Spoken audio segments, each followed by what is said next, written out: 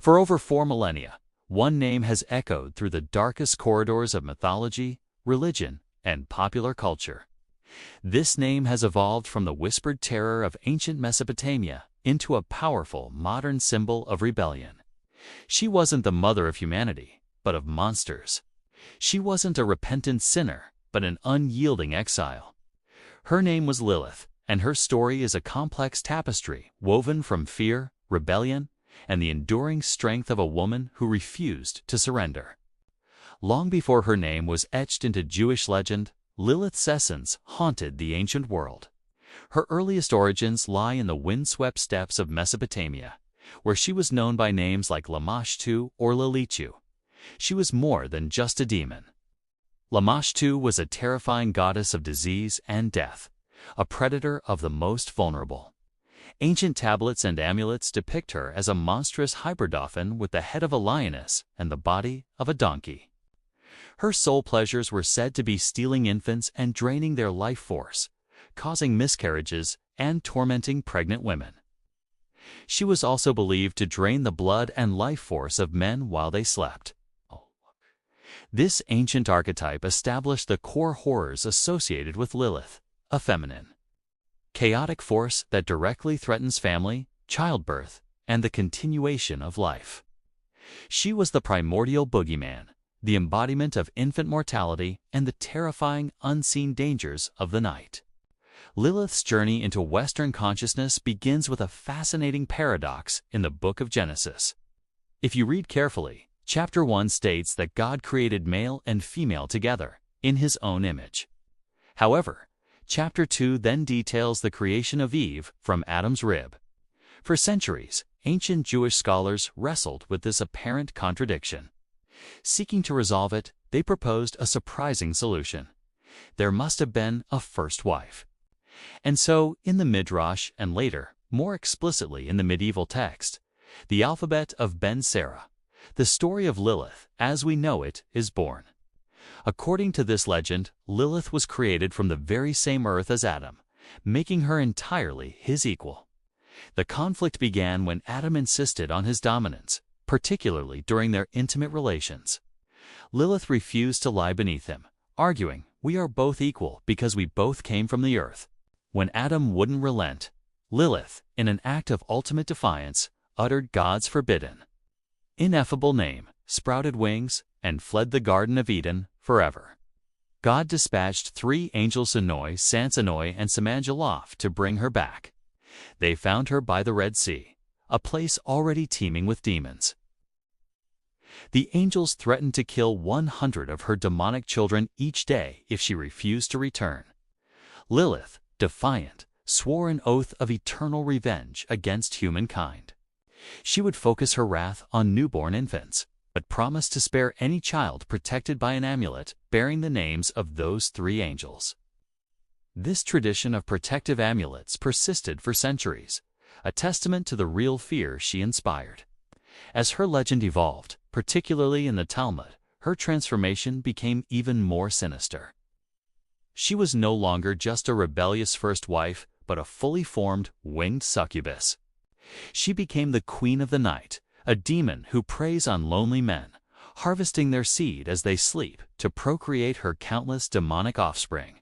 She became the ultimate nocturnal threat, a symbol of uncontrolled female sexuality and the anxiety surrounding it.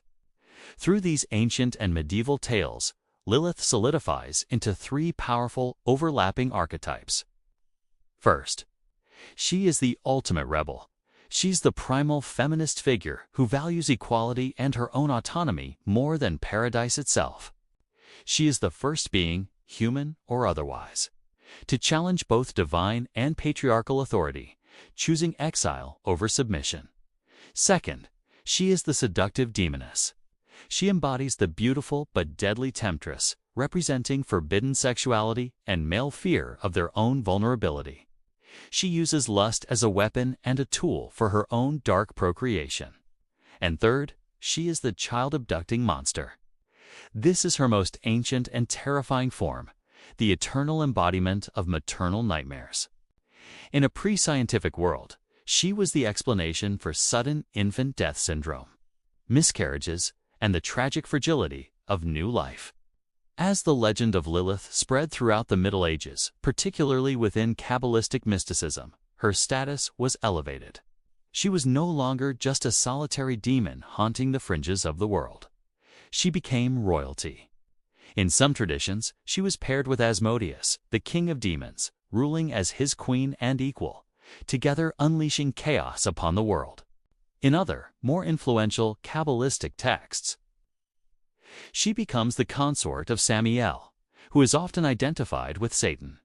Together, Samiel and Lilith form the unholy, dark counterpoint to Adam and Eve.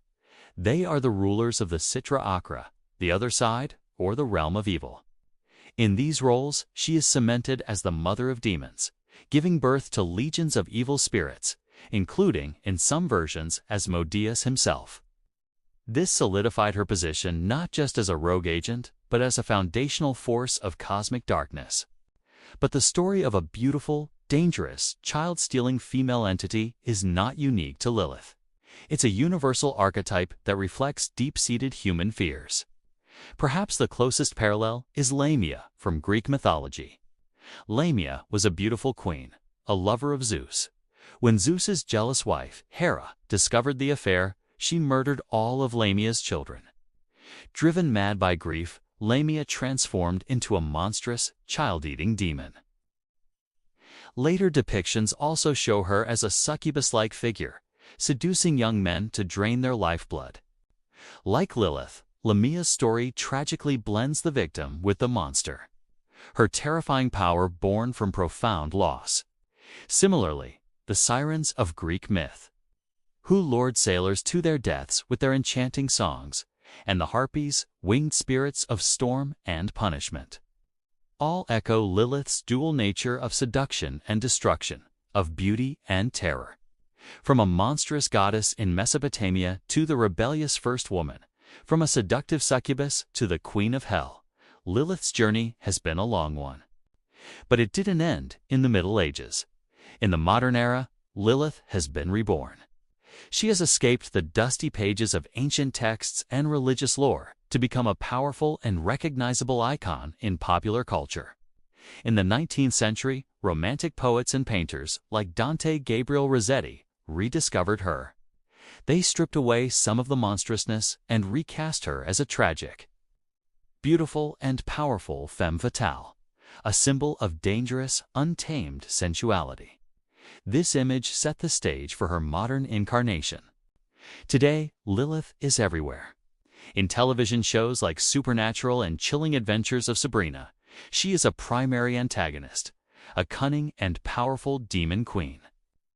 In video games like Diablo, she is a central figure, the mother of Sanctuary, a complex character who is both a creator and a destroyer.